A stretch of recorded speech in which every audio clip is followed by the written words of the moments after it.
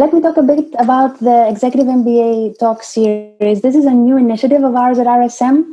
It's an opportunity for us to bring attention to relevant topics that relate to key concepts explored by our students during our MBA programs. These topics relate to business concepts as well as topics that relate to personal leadership development competencies. And in order to do that, we tapped into the knowledge and expertise of a vast array of professionals that are connected with RSM one way or another, whether it's academic and professional staff members, alumni, and so on. So in light of the above, we couldn't have kicked off this series with a more relevant session. I'm sure that you'll agree with me that developing skills on public speaking and presentation design is a skill more relevant now than ever. That's why we're very happy that Brandon accepted our invitation to share his knowledge on the matter today. Many of you know Brandon as the Director of Marketing and Admissions here at RSM, but how many of you were actually aware of the fact that he's an entrepreneur himself? So starting in the basement of a home in sunny Charlotte in North Carolina, at one point in his career, Brandon built a successful advertising agency that serviced both American and international clients. Public speaking and the ability to connect with his client in meaningful ways was a skill that he's been developing throughout his career. Over the past 20 years, Brandon has held a variety of roles across multiple sectors, including the restaurant, advertising, and sports industries. He is a graduate of the One MBA program at the University of North Carolina, Chapel Hill, Ken Flagler Business School. He is a frequent speaker and moderator at various conferences, seminars, and events, speaking on topics of leadership, entrepreneurship, and marketing. So, Brandon, with that, I'll hand it over to you. It's so strange to sit there and watch you read these things about me, because normally I'd be off stage and I don't have to, sit there and listen and yep, that's it. So, well, thank you so much for having me, Lita, and thank you to all of the attendees who've made time out of their morning, evening, or afternoon to join us. Thank you so much for being here. The idea for this, as Lita pointed out, was to find ways to bring valuable content to those around us that we wanted to share. And so when Lita approached me to potentially speak on this topic, I was really excited because it's definitely something that is close to my heart. So we don't have, we have an hour or so. So let's go ahead and dive in. So we're going to be talking today about public speaking, presentation design, a lot of different topics. Really divided it up into three different areas: the preparation of the presentation, things to think about during the presentation, and then, of course, online, because that's kind of the new normal. I mean, this is where we find ourselves even today, and then some odds and ends at the very end. So who am I? Now, Lita mentioned that I owned a business before. I absolutely did. But before that, I actually owned a restaurant, and that's where I started my career. And it was there that I learned to think on my feet, to make a conversation with the wall, and to deal with questions and complaints in real time. We used to call it dead man walking. Whenever you would have to walk to an upset table, you didn't always know. It was usually the famous "let me speak to your manager" question that you had to walk out to and address. So it was really rewarding to take that, to start to train people, to train the staff as I grew there. And then after that, spend a lot of time in the advertising world. And during that is where I really honed my design skills, working around a lot of really talented creative people who were far more creative than I, but it really helped me to hone my PowerPoint skills. And a quick tip, don't let anyone know that you're good at creating PowerPoint, Keynote, or anything else, because I can guarantee you plenty of people will be emailing you to fix their presentation. If you come from the consulting world, you probably know the please fix email. It happens also in the advertising world as well. So now most of my job is spent normally traveling around the world to speak with people, either on an individual basis or with larger groups. And that's where a lot of my experience comes from. I enjoy speaking publicly. I enjoy interacting with people and sharing knowledge. So for me, this was a real easy presentation to put together, so to speak. Just a few housekeeping things before we dive in. We are recording this session for posterity. We've had quite a number of people who are unable to attend and they would like to watch afterwards. So we are recording, just so everyone is aware of that. We are going to have some polls along the way. As a matter of fact, I'm going to go ahead and launch one now while I continue with the housekeeping items. And the question is, what is your experience level with public speaking? As you can see, we have 4 choices. Very little, I only speak to my cats, which immediately someone has responded to. Some experience, I've given quite a few. Very experienced, been around the block, and professional. I make a living public speaking. I'm just here because I had a free evening. So we'll let that go for just another moment, and then I'll share the results. Also, you might notice the question and answer box that's there at the bottom of your screen. Feel free to put all of your questions into that box, and we will address as many of them as we can during the presentation. Time permitting, we'll also have a Q&A at the end of this presentation. Any general comments you're welcome to put in the chat. Myself, Lita, and a few of our colleagues are monitoring that as well. So we do want this to be engaging. We don't want this to be you sitting there for 45 minutes staring at a screen. Raising your hand is another great thing. Someone just tested that out, which is a fantastic segue. At different points, I might ask you to use the raise hand function. So just feel free to do that. It's at the bottom of the screen. So as a matter of fact, let's see who's paying attention. Let's try it now. Raise hand real quick. Okay, good. That's enough of you. Hey, whoa. Okay, good. It's a good start. More than half the people are. So, okay, let's lower our hands. With that, let's go ahead and dive in, shall we? Oh, actually, let me share the results of the poll here. So as you can see, with more than 28 people voting for it, most people have some experience. So they've given a few public presentations. One person said they only speak to their cats. Lita, was that you? Because I know you really love your cats. So I don't know, what that's about. I promise it wasn't me. It wasn't you? Okay, well. And then 13 people are what they would call experienced. So they've been around the block a few times. So great. We'll come back to that later on.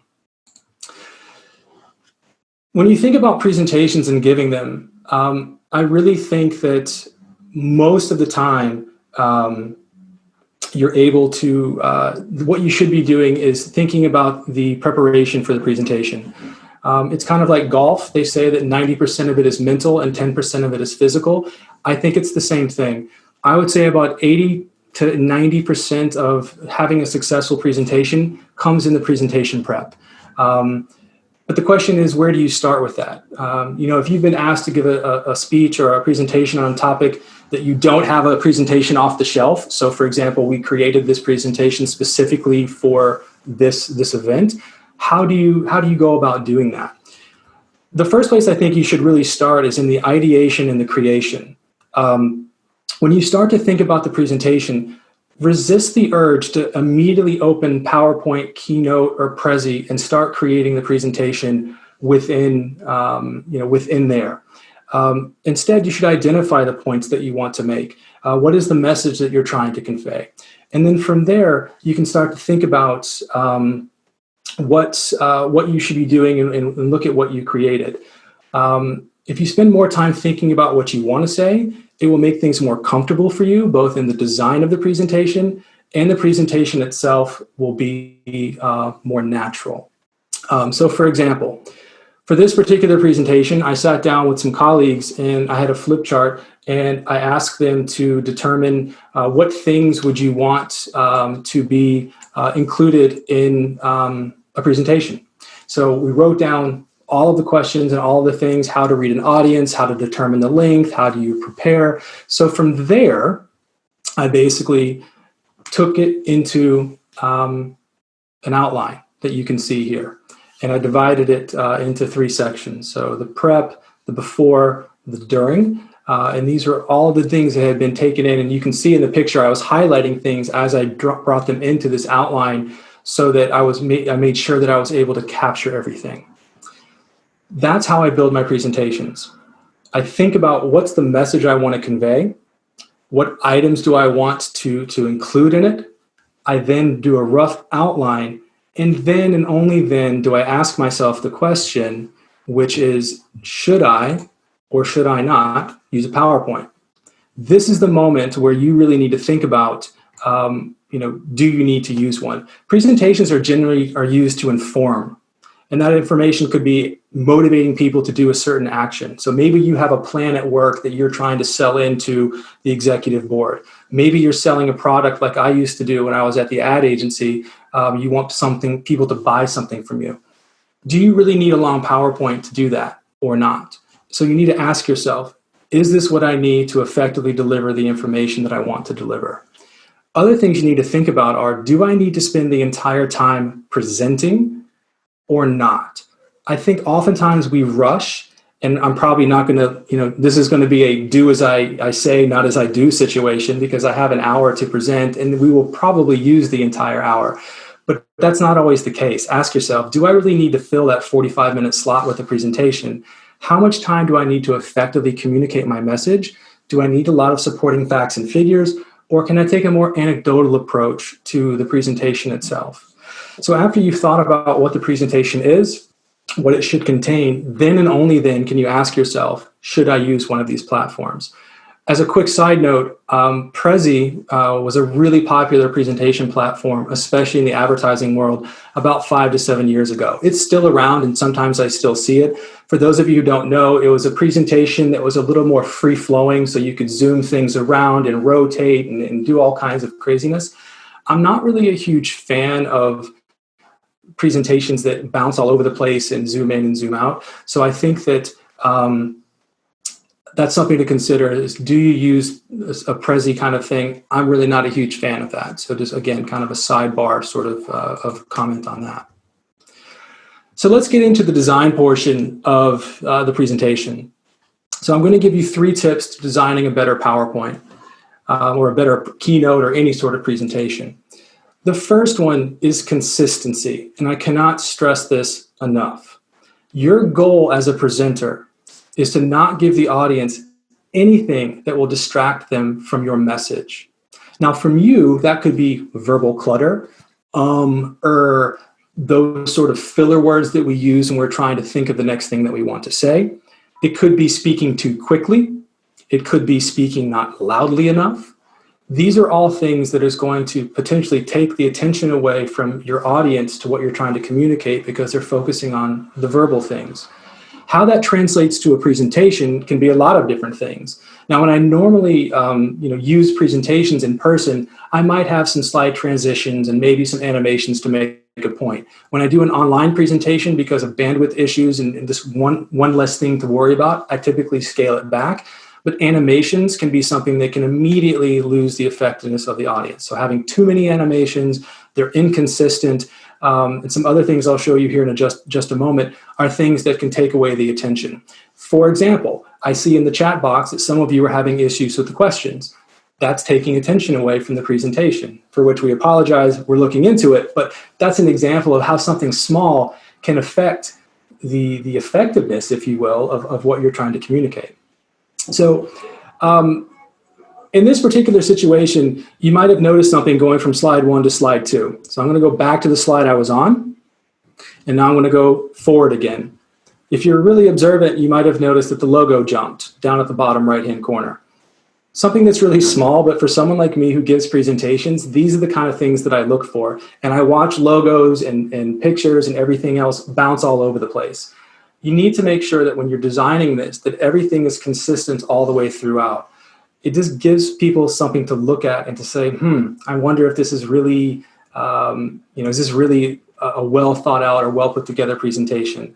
Sometimes you don't want to strive for perfection in life, but when it comes to presentations, you absolutely do. Another one is about consistency within your fonts and with the way that you apply them. Now, you might notice, and sometimes with presentations, they're built from multiple people, and your inputs are coming in with different fonts, different sizes, and everything else. For me, I'm a huge stickler for making sure that your fonts and things of that nature are always consistent throughout. Pick one, stick with it. Also make sure that where it shows up, you should notice throughout my entire presentation that all of my text shows up in the exact same spot, slide after slide after slide. And that's by design, because again, over time, those things can really take out the effectiveness of what you're trying to communicate. You might also notice in this particular slide that at the bottom of the screen, there's a white area, whereas if I go back a slide, there's not one. I sort of did this a little bit more than usual, but oftentimes you'll see pictures that aren't pulled out to the sides of the screen, or they're jumping around a little bit, just like a logo does. Same thing. These small things can really make a huge difference when you start adding them up. If you have a presenter who's umming and ahhing, you have a presentation that's bouncing all over the place, you're going to lose your audience. The next part about the design and also the presentation itself is about telling a story. I don't care whether you're selling widgets, you're presenting financial numbers, or you're trying to tell, a really inspiring story about something you did in your life. Using a story arc is critical. It's going to allow a journey for you to take your user on, or your audience with. So rather than going from just, here's the information I'm trying to communicate with you, you need to embellish it and to also give the story behind the numbers. Oftentimes we have to give financial reporting. I think it's always good to be able to give some context behind it, because the numbers themselves, they tell you a lot, but oftentimes you need to tell more than that. So be sure that you're telling a story and that there's a theme that kind of runs throughout. And I'll provide some examples of that later on. The last thing to think about, at least for this presentation, because we could do a whole presentation itself on how to make sure that you design things appropriately, is to remember that images set the tone. Hopefully you've noticed so far that all the images I've used are high resolution, they're crisp, they're relevant to what I'm speaking about. So again, this was 3 tips of things to make your PowerPoint better, and you're looking at asparagus tips. So it's kind of a joke to myself, but it helps me remember where I am in the presentation. And if I wanted to do a presentation with no text on the screen and with just these images, I could absolutely do it. And that's why those little visual cues are good for you as a presenter as well. Imagine if I had started the presentation with this slide. Here you are, you've signed up for a presentation on how to effectively create and deliver presentations, and this was my agenda slide. I guarantee you that some of you would have absolutely logged out, and I wouldn't have blamed you, versus the agenda slide that I did use. Now, this particular slide, to be fair, is actually purchased. I did buy this on stock photography because I wanted it to be impactful. But you might have noticed, and this is a hand-raising moment, how many of you noticed on the ideation creation slide that I used earlier that I used an image with watermarks? Did anyone notice that? I'm looking at hands. A lot of hands are going up. And again, you're probably like, why is this guy doing a presentation about presentations and he's using clearly an unlicensed photo? That's another huge no-no in PowerPoints or any presentation. It's illegal. It can get you in trouble. It can cost you money. You should always try to use high-quality stock photography if you can. But I know what you're saying. Wait a second. I might not always have the budget, and if it's something I'm doing on my own, I don't want to spend my hard-earned money on a photo that I only need for one presentation. But I've got a solution for you. Killer photos in 3 easy steps. All right, so stay with me. Let's imagine for a moment that you're doing a presentation or you need an image on some abstract concept, because this is a little challenging to do. Resilience is a prime example. It's something we talk a lot about in our world, but how do you find an image for resilience? Well, how I find images is very simple. I go to Google, and that's obviously not where this stops, but I go to Google, I type it in, and then I switch over to the images. Now that by itself doesn't give us a whole lot to work with. As you can see here, none of this to me speaks, maybe the one on the bottom there with the word resilience spelled out over wood, but if it's showing up here in this search, that means that it's showing up in a lot of places. None of these images for me really work. So one thing that I can do is to try to narrow it down a little bit. If you go to the Tools section, which if you see at the top part of that search bar, right underneath there, it says Settings. If you click on Tools, you can drop down and select the size of the image, which in our case, we always want to use large because that way you can extend it out and it will be high resolution and will look nice and crisp on screen. And you can also select how it's labeled. And you can see there are 5 choices there, and you would want to pick the one that makes the most sense for you. Typically, labeled for reuse or labeled for non-commercial reuse are 2 excellent choices. But even again, if you're looking at this, what we have on screen, there's nothing really that says, this is a powerful image for me. So now what do? Well, you go to a stock photography site. and you type in the word you're looking for, and then you see what comes up. Because these photographers who have posted these images to this website have tagged it with the keywords to make it easy for you to find. So I'm looking through here, the 2 pictures of kids, interesting, but probably not the vibe I'm going for. I like the ant with the leaf, that's kind of cool, but I also like the crawling through mud picture.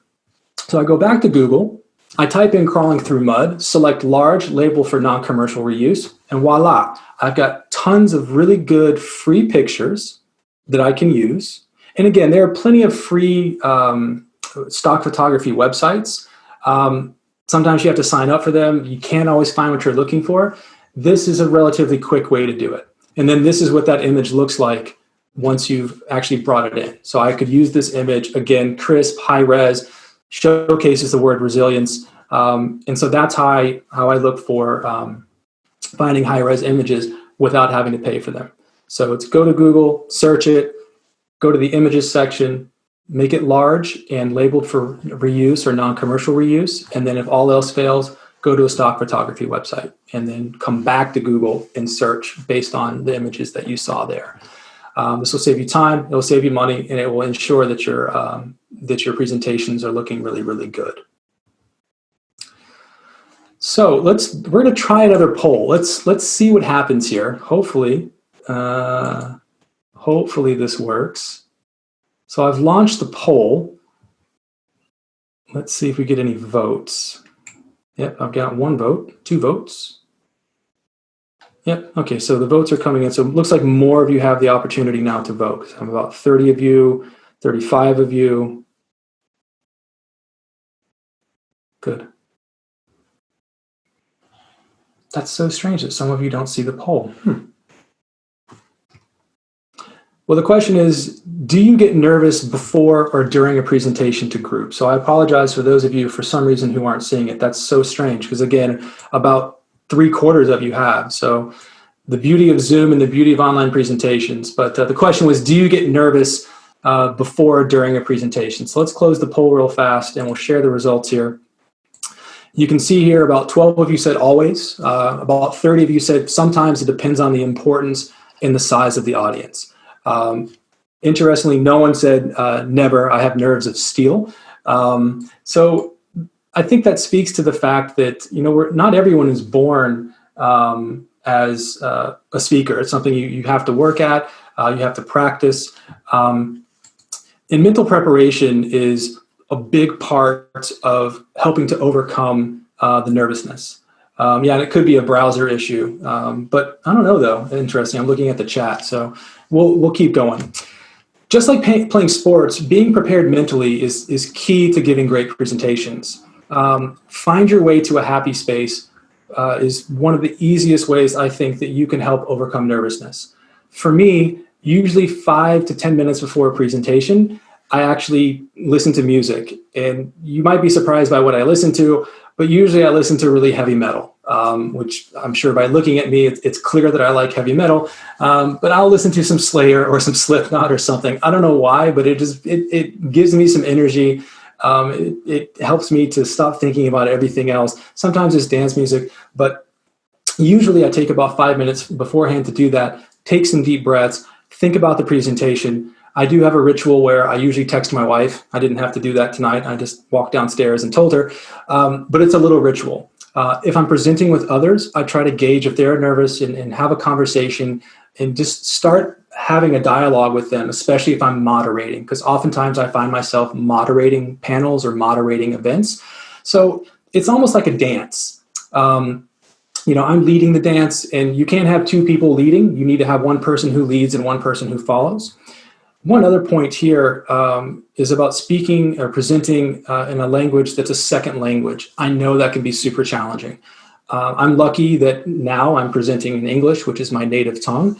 I think ways you can overcome that is to know your material, number one, if you're presenting in a second language. But the second thing is do a practice presentation for a friend or group of friends and have them ask you questions. Because what I find from colleagues who present a lot of times in a language not their own, it's the unknown of questions that you might be getting from the audience. and you might not be prepared to answer those. So go ahead and do a practice run, and that should help with some of the nervousness. The other thing I think really especially about being nervous or not, how many people, and again, hand raising time, how many of you have been to a professional play production, so, on Broadway, West End, in London, or wherever, and gone to a play where someone has messed up their lines? Just out of curiosity. Yeah, so I'm looking at 4, 3, so less than 10% of you, okay? Same question, but in reverse, in a way. How many of you have been to a play like that and think that maybe they messed up their lines, but you didn't know it? Just out of curiosity. Yeah, a couple more.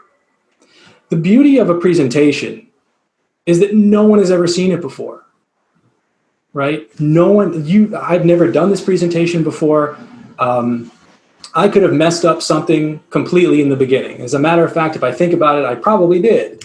Now, normally I would admit that. I would just keep moving. But the thing to remember is that no one knows if you mess up or if you forget something. They don't know. And that's why I use the line here, all the world's a stage. If you need to circle back and pick up a point, go back and do it. But don't say, oh, you know what, I forgot something I meant to mention before. Don't do that. Just bring it back into the conversation. You can say, oh, well, I remember, we're talking about how not forgetting your lines. That reminds me of a time when, and you bring it back in. It takes a little bit of mental gymnastics sometimes to find the right spot to work it back in. But remember, no one but you will know that you messed up. Now, there are exceptions to that rule, of course, if the presentation dies or something else happens, but you're the only one that will know that. And I think there's a lot of power in that everyone wants you to succeed as well, unless it's a hostile audience, which there will be times sometimes where maybe you're presenting to a hostile audience and there's people sharpening their knives. But most people want it to work. If you've ever seen a comedian die on stage, meaning their jokes just aren't working, it's really awkward, and no one likes that. As human beings, I don't think we like to watch other people be uncomfortable or suffer. So just remember, no one knows about your presentation but you. You can write the script as you go along, and if you need to rewrite the script, you can always go back. And that's always been a comfort for me, especially when I first started out from being nervous with presentations. Of course, knowing your material helps too. But even if you have to give a presentation in 30 minutes on a topic that you're not familiar with, knowing that you're the one creating it, no one's going to know if you mess up. So typically when you're doing a presentation, you're doing it in person. And I think that it's also really important to have a checklist of things to think about before you go into the presentation. Even if you've done a lot of them, it still helps. And when I mean checklist, I don't necessarily mean just an AV, an audio-visual checklist of making sure that you have VGA/HDMI adapters, that MacBook dongle that no one has or everyone forgets, or having your own clicker. Those things are important, and yes, you should always make sure you have them. But there are some things that I think you should look at beyond the physical, beyond those things when you're about to do a presentation. It is admittedly a little bit more challenging to do this in an online scenario because typically if you're on site doing a presentation, if it's in the morning, there's probably some coffee and snacks put out. You can kind of bump into some people, but it's a little bit more challenging online. So we'll talk about that later. But the first thing you need to do is to really know your audience. And I know on the surface that sounds really obvious, but what I mean by know your audience is go deeper than the briefing you're given. Oftentimes, the person who maybe you're coming in to speak on a particular topic, understanding your audience beyond just here's who, okay, so for example, it's a room full of sales managers, and you're supposed to come in and you're giving a presentation on how they can improve their sales pitch. Knowing things like, are they willingly there? Is it voluntary? Are they forced to be there? So this is a mandatory meeting that they have to be at. Is it during the working day? All of these little things can help you to create and deliver a better presentation. Knowing that you might have a hostile audience, so to speak, in front of you who doesn't want to be there and they have to be there because their manager told them, helps you out in such that you can speak to that a little bit, and getting that sort of background information is really, really important. So be sure to speak with whoever has brought you in, but also to speak with the other people around you and find out what's going on. Network before, critical thing here. Sort of coming off the same idea of what we just talked about, use the time beforehand to have those conversations. I'm sure that if you're developing a presentation, you're researching the particular topic or industry. However, you need to know more than that. So rather than just Googling it and assuming it's true, ask them, hey, listen, you're in the automotive industry. What's really going on? Has the coronavirus affected your supply chain? Or what's the biggest challenge you face as an operations manager? These sort of things are good for two reasons. One, again, it gives you inside information. Oftentimes you'll hear people at the beginning of a presentation say something like, oh, I was talking with John from operations over getting some coffee this morning, and we were talking about the challenges in the automotive industry around supply chain and operations. And he shared with me blah, blah, blah. By doing so, you're starting off the presentation by saying, look, I understand what's going on in your industry or your company. The second thing it does is it gives you an ally in the audience, which is always nice to have if you're going into a room, to have a few people that you've already sort of talked with. You can use them as anchor points when you're presenting, so you can sort of look them in the eye and you have a friendly face out in the audience. The last thing to do is to ask the host if those two things don't work. If you can't network with people, ask the host these questions, or ask the person who's invited you to come in and speak to understand what kind of things people want to hear. What things are out of bounds? Are there any buzzwords or industry jargon that you should be aware of? I've been to so many keynote speeches where the person clearly did not do their homework. Not everyone, but where they just had one presentation that they take with them around the world and they give it and they don't really adjust. And the ideas and concepts just don't hit the mark because it's too generic.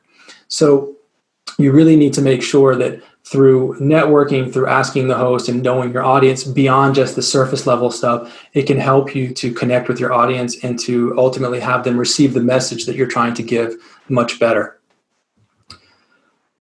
So we've talked about preparing the presentation.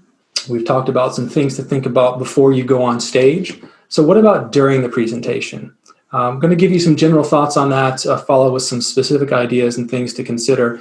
One of the biggest challenges when you kick off a presentation is to channel that energy that you have within you. So for those of you who said that you're sometimes nervous or always nervous, it can sometimes get the better of you.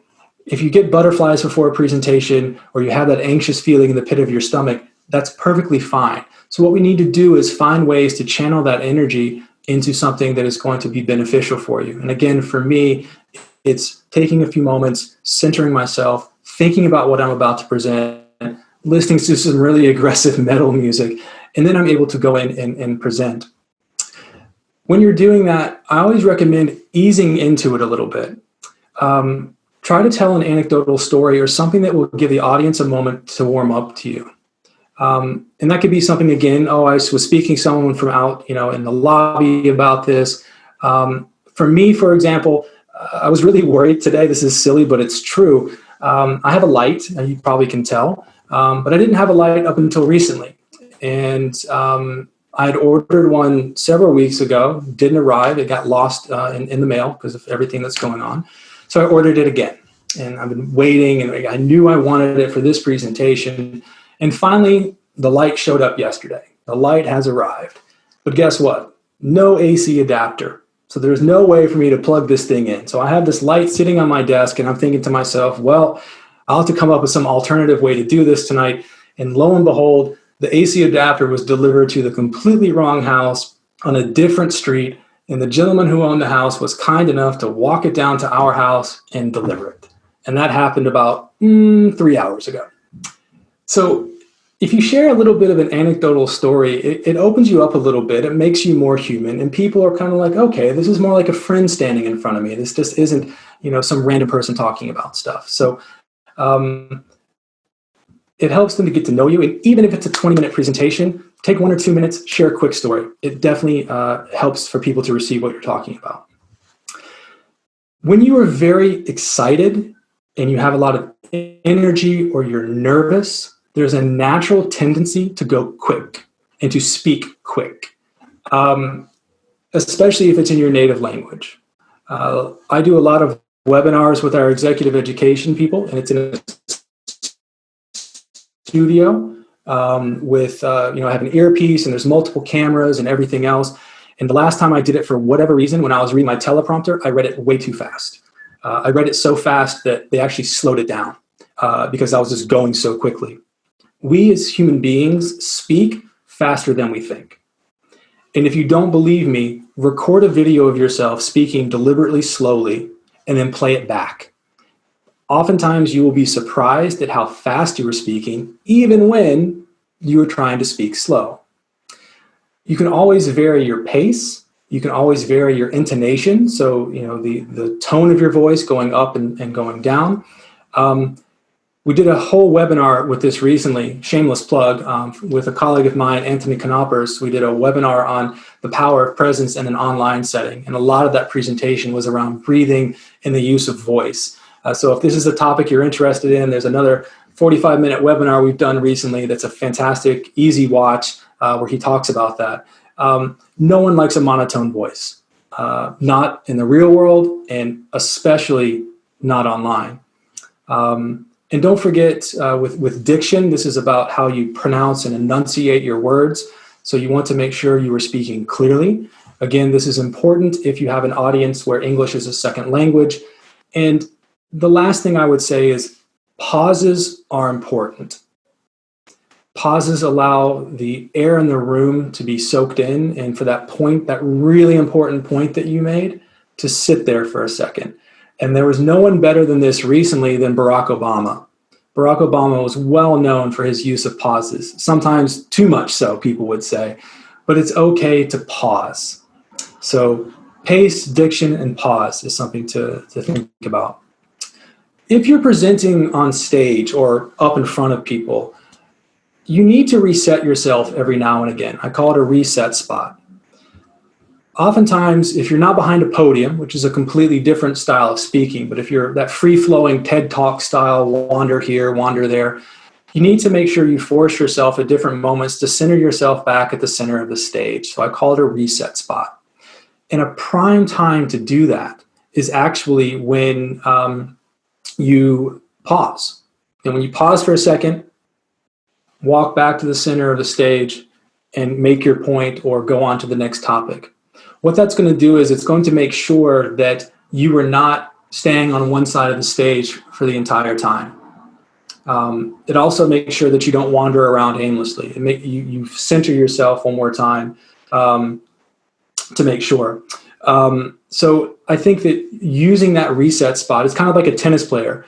There's been studies showing that 15, 20-second reset between serves helps them to really excel at what they do. So resetting, make sure that you engage with your entire audience, and it also gives you the opportunity to have that pause and to deliver that message. Let's talk about establishing credibility. It is imperative that you establish credibility with your audience very quickly. It's great for someone to read a bio of all the wonderful things that you've done, but that's on paper. You need to show who you are as an individual. This doesn't mean you have to be a New York Times best-selling author, but you should be able to highlight some of the things to say, listen, this is why you should listen to me. And some of the best speeches and presentations that I've been to haven't been from the CEO of X company. It's been from someone who I can look at and say, you know what, I can see they've walked a mile in my shoes, and they have some experience that they want to share. Ironically, I'm typically not a fan of keynote speakers. It's just not something that really resonates with me. I would rather hear from people who aren't trying to sell a book, but who have real actual experience to put on the table. That's just me personally, which I guess is ironic in a way considering I enjoy public speaking, but I've always tried to bring a real approach to the way that I deliver my messages and the way that I do my presentations. So when you're using that 1 to 2 minutes of easing into it, as I spoke about earlier, use that anecdotal story maybe, but then also bring in, that restaurant experience that I had. Well, why is that? Why does that matter? I mean, I spoke to thousands of people where I had to think on my feet. I trained hundreds of people on how to speak. That gives me the credibility, at least in my opinion, of why I should be sitting here in front of a camera, at 6:30 at night, kind of giving this to you. as a presentation.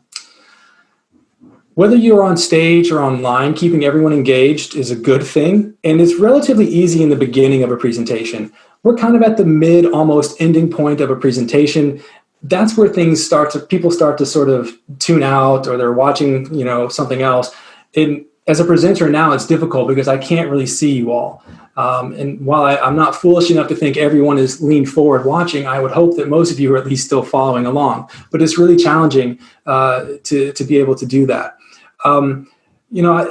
If you don't read the room appropriately and you're looking for things like, are people on their phone? Are they nodding with you? Are they smiling?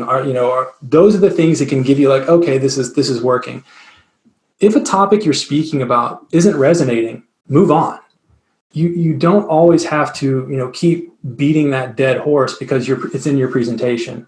There's a famous line, know when to stop selling. When we would do business development pitches, sometimes we would keep selling. We didn't need to. You could just tell people shut down. So there's nothing wrong with asking, especially if it's in a small group setting. Is this interesting? Should we keep moving? Let them tell you. There's nothing wrong with that, at least in my opinion, depending on the situation. Obviously, if I'm in a room full of 100 people, I'm not going to ask everyone to vote what they want to hear. But in my head, I can say, this isn't working. I need to keep moving. I had an example recently where I was the MC for one of our graduations. There was about 1,000 people in the room. And what made this scenario unique was that it was a stand and deliver podium style emceeing. But for the first 40 minutes, I had to entertain the audience because the students do a tour around the city of Rotterdam. And there's a live feed which captures it and everything else. And so basically I needed to entertain people. And of course, the feed broke. So here I am in front of 1,000 people who don't care who I am, and I'm trying to keep them entertained. I went up to one section of the audience. Hey, can one of you, tell me who you're here for and what makes them proud and what program they're graduating from? And it was crickets. No one. So I went to the next section. Same result.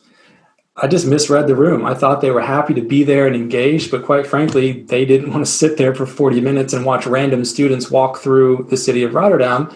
They wanted to see their loved one walk across stage. So just an example of reading the room and knowing when to pivot if you need to pivot. You don't have to keep going down a particular way if you don't feel you need to.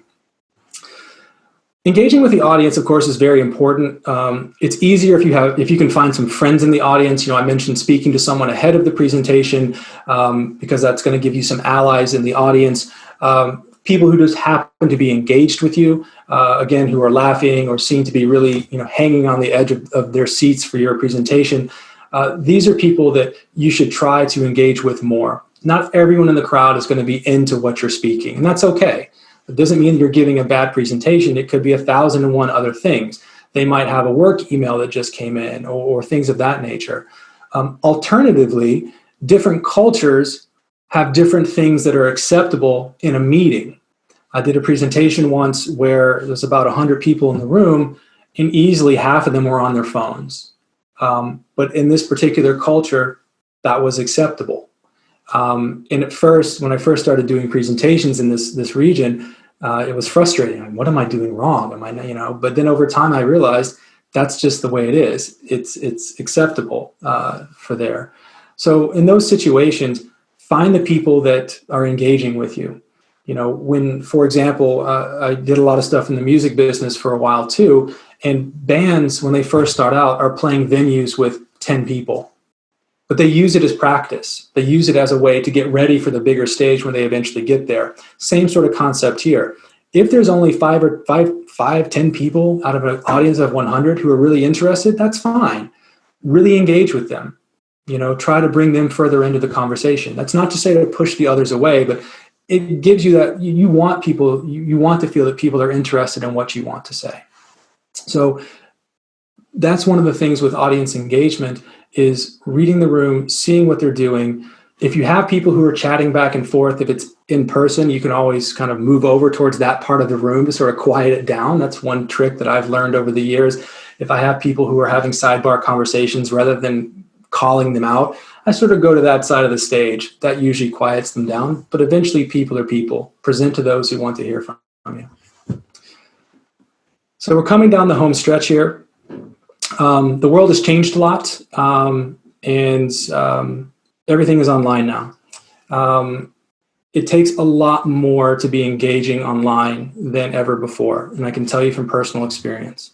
A couple of things. Number one, get a microphone.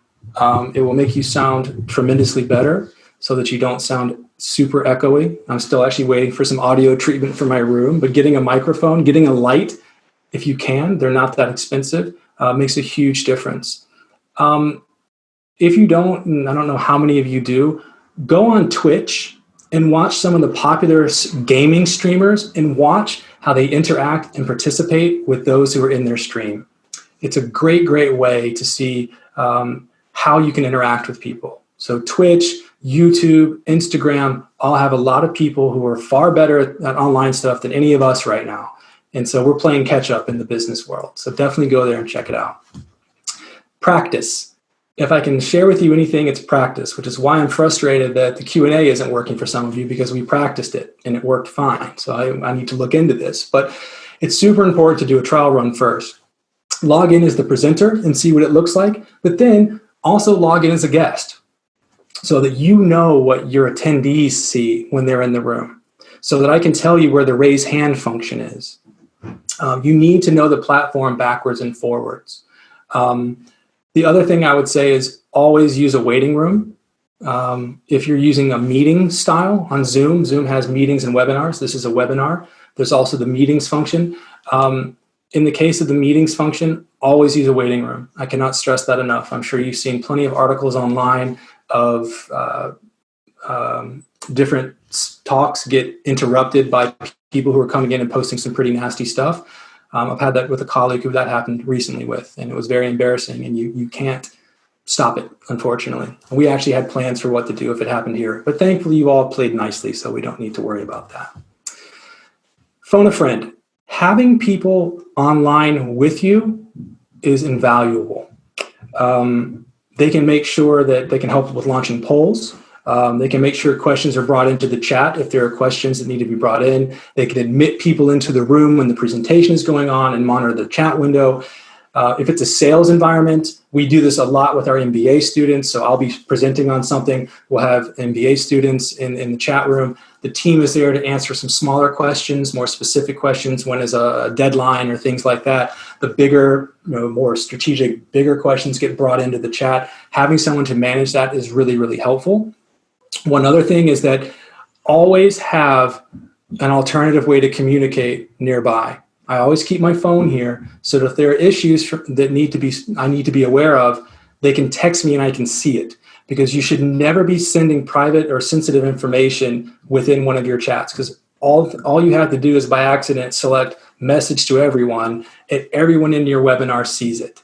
So always have that back channel communication. Now, I can't text them, mind you, but I can see.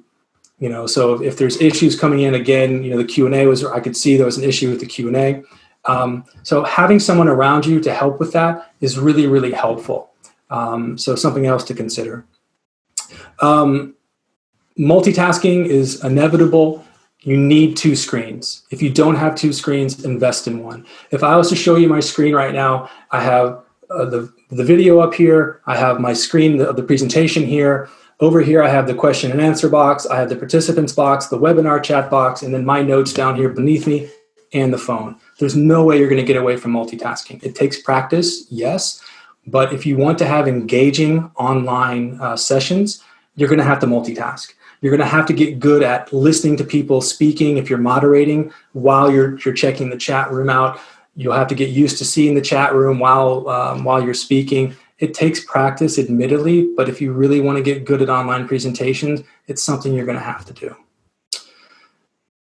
Audience engagement part 2, always use people's names when you bring it into chat. Read the question, rephrase it if you need to. That always gives you the opportunity to think of the answer.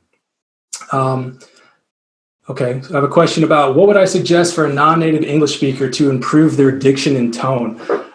Good question. I would start reading out loud. maybe pick up a Harvard Business Review or the newspaper and start reading out loud slowly.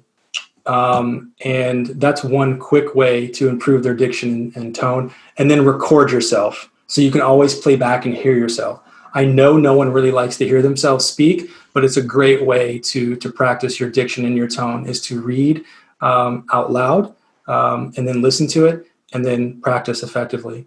One other question here that came in. Do you think that just by giving virtual presentations, one can master public speaking? Because I find the experience of virtual presentation to be very different than the actual, yes. The mechanics are similar, but they're two very different beasts. I think that if you can be successful in keeping people engaged in the online scenario, then you can definitely master the public side as long as we get away from the nervousness and everything else. So we're going to home stretch it, and I'm going to start bringing in these questions here real quick. We have about 8-9 minutes left. Difficult questions, they can happen both online and in person. However, dealing with the difficult questions in an online scenario is much more difficult because usually most of your attendees can see that question. And there's a lot of screen warriors, the ones who are like, they're going to tell you exactly what they think. But if you see them in person, they would never type that. Or they would never stand up in a room full of 1,000 people and ask a question. It takes a lot for someone to stand up and put themselves out there to ask that question. Online, different story. You'll get some very aggressive questions because they're behind a screen. So how do you deal with difficult questions? The first thing I always recommend is to ask them to ask you the question again. So if the question was, what about this difficult policy you just implemented? Why did you do it? I would say, so just to make sure I understand your question, you're asking me about how this policy was implemented, or are you asking me about the ramifications or the outcomes of it? That person will repackage that question. They will usually give you an example. Yeah, well, for example, it used to be we did this, but now we do this. I just want to understand why we did it. The whole time, at least for me, I'm not really listening. I understood the question the first time just fine. I'm thinking about the answer. In the chat, you can't escape it. It's going to be there. So the second part of this is to pivoting to an area that you feel comfortable with. So if it's a question that asks about the policy, you say, well, look, difficult decision. However, we took it for these reasons, but the benefit to everyone is this. So you try to get to an area that works for you. So ask them to rephrase the question, gives you some time. If you have a guest and you are moderating, it is always courtesy, in my opinion, to repackage the question for your guest so that they have the ability to think of the question. So, for example, if Susan is my guest and a question comes in from John, I'll say, hey, Susan, what do you think about John's question about the change to the policy? It was a big decision for you all, so on and so forth. Home stretch, and then we'll take questions. Key takeaways. Planning is better than executing. I always say that. Spend more time planning than executing. Tell a story. Remember, your PowerPoint is just a crutch. You should not use it for everything. You should only use it to help you remember what you need to tell people. Channel your energy. And finally, have fun. So, I think we did this one here. If your voice starts shaking due to nervousness, how do you control it / calm it down? That's a great question. Speak out loud.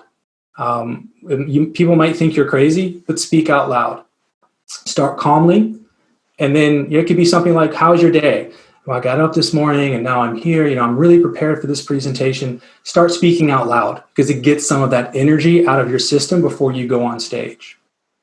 So I think that's one suggestion that I would say to calm it down.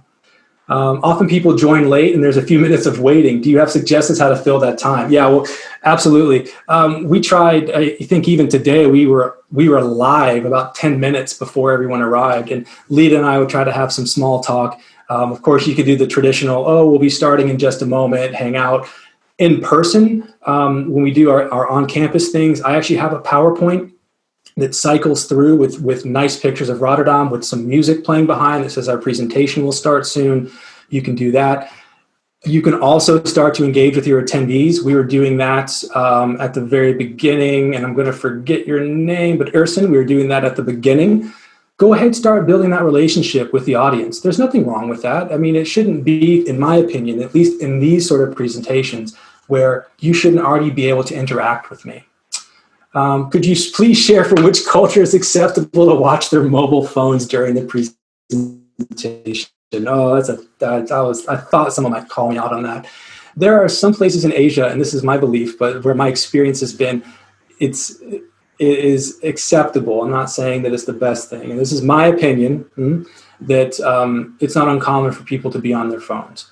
Now, sometimes that could be note-taking, mind you, so that doesn't necessarily mean that it's not, but just something else there. Let's see here. Question: would it be better or standard Wouldn't it be better or standard during a presentation to let aside the cultural habits? For example, I was pushing hard for professionals to come to my training sessions to shut. Yes, that is true. So typically, especially in person, I would ask everyone to put their phones on mute and to try not to get on their phones. So that's great to say that, but again, in the beginning, people are pretty good of a presentation. Typically what happens at some point, you lose them and they start, let me check. Oh, do I have any emails? Oh, I've got texts on my phone. Who is this from? Everything else. And then it spirals out of control. So yes, you can absolutely make that statement up front as a housekeeping issue, but especially in large audiences where they can remain relatively anonymous, it's difficult. And I agree it's not acceptable, but it's just the way things are sometimes. Is there one mistake you consistently see people make when they present? Speak too fast is one thing that I think is really something people could work on.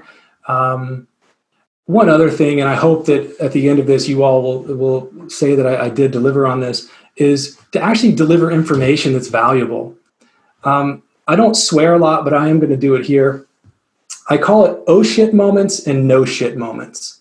If I do a presentation and everything I presented to you, you say no shit, I knew that, I didn't do my job. But if there's at least one thing, you're like, oh shit, I didn't know that, I've done my job. And again, I hate to cuss, but it's something that's something that I believe. So that's, I think, one of the biggest mistakes. What's your opinion of not using PowerPoint at all? Perfectly fine. I think that I had a section I didn't present on about technical presentations. I think you can absolutely get away with it. You really need to know your material, though. PowerPoint is, for me, more for the presenter than it is the audience. So that's my thought on that. My presentation has a very clear style, one sentence and one image. Why did I choose this setup? It depends on what kind of thing I'm presenting. Again, I had a section on technical parts, which actually, I'll scroll down here. So for example, let's say you wanted to do a presentation on supply and demand. It's a lot of stuff there. So what most people would tend to do is something like this. Let me just throw it all in the screen. It's like, oh my goodness, what is that? My suggestion would actually be to start to trim it down. So what I would recommend ultimately doing is something like this, where you've got each thing pops up one at a time and it's trimmed down. My style here is a very specific purpose. I do a lot of different styles of presentations, but I like the powerful imagery because I feel at the very least you've got something to look at. And because you're not reading stuff, you're hopefully listening to me. The more stuff I put on the screen, the more likely you are to read. Should we be stubborn in time checks? How do we gracefully ask an audience to cut down on questions? Well, for example, we're at 7:01. We started at 6:02. This is normally the time where we'd say, well, we probably have time for one or two more questions. Especially if it's online, you can always say to people, look, we'll follow up with any of the questions that we haven't been able to answer in the chat. It's difficult to do, but I think if you always set it up in the beginning, like we have an hour, we're going to stick to that hour. You can come back to that at the end and say, hey, listen, we're about to run over. Financial presentation, scale of 1 to 10. How many details do you feel should be shown live? Ironically enough, there's another section that I didn't present, which is called the appendix is your friend. And it looks, there it is right there. And it looks something like this. For example, attention span versus duration of presentation. Your attention span drops as the presentation gets longer. And I have all kinds of candlesticks and trend lines and everything else. Boil it down to the important stuff. If it's really important, then you need to include it. If it's not, then you need to dump it and put it in the appendix. We can't tell everyone everything. All right, last two questions, and then Lita, I'll let you wrap it up because again, I want to be sensitive to time. How do we manage the time when they get engaged in a topic they love? Well, I mean, you have to, again, this goes back to reading the room. If you are the only presenter, different story. If you were part of a conference where you were timed, you have to get off the stage. I mean, it's just like bands. You have to get off the stage right away. The thing to remember is just because you get off the stage doesn't mean you can't continue the conversation. Make yourself available off to the side. Let people come up to you and ask questions. That's a great way to do it. Last one, and I'm sorry if I missed any throughout the way there. Audience connection is easier face-to-face, also to spot those who are lost. What do you do with hecklers and absentees online? Absentees online, they're going to get the follow-up email with the presentation recording. Hecklers, look, I think you can, a couple of things. If they're not too bad, you can let them be. If they start to get really aggressive, you have one of the people that's in the room with you message them privately and say, listen, we understand your opinions on this, but this is an open forum. You need to be constructive in your comments. And ultimately, if they're really rude and aggressive, you got to bounce them. I mean, there's no other way around it. It does happen, but yeah. So thank you all very much. I know we covered so many topics. Hopefully you got some value out of this presentation. We'll keep this, in the comments and everything in the chat and the questions so that we can follow up with you. Lita, thank you for inviting me. I ran over by 2 minutes. I failed. So let me hand it back over to you. Thank you. Thank you very much, Brandon. And thank you so much. And take yourself off mute, which is another classic thing. I am off mute. No? Oh, that's strange. Okay, cool. Oh, sorry. So hopefully everyone can hear me now. Yes. Thank you very much for sharing all these practical tips on the design, on the presentation, how to engage with the audience. I took countless notes myself. 2 things stand out for me: heavy metal music for preparation, and I'm going to join my gamer husband on Twitch. He's going to be very surprised. The first business school with a Twitch account. We actually have one, so... Okay, that's great. That's great. And also, I appreciate you sharing many personal stories, many mistakes. I know that you don't shy away from sharing your own, not your finest moments, if you know it's going to help other people. So thank you very much for that.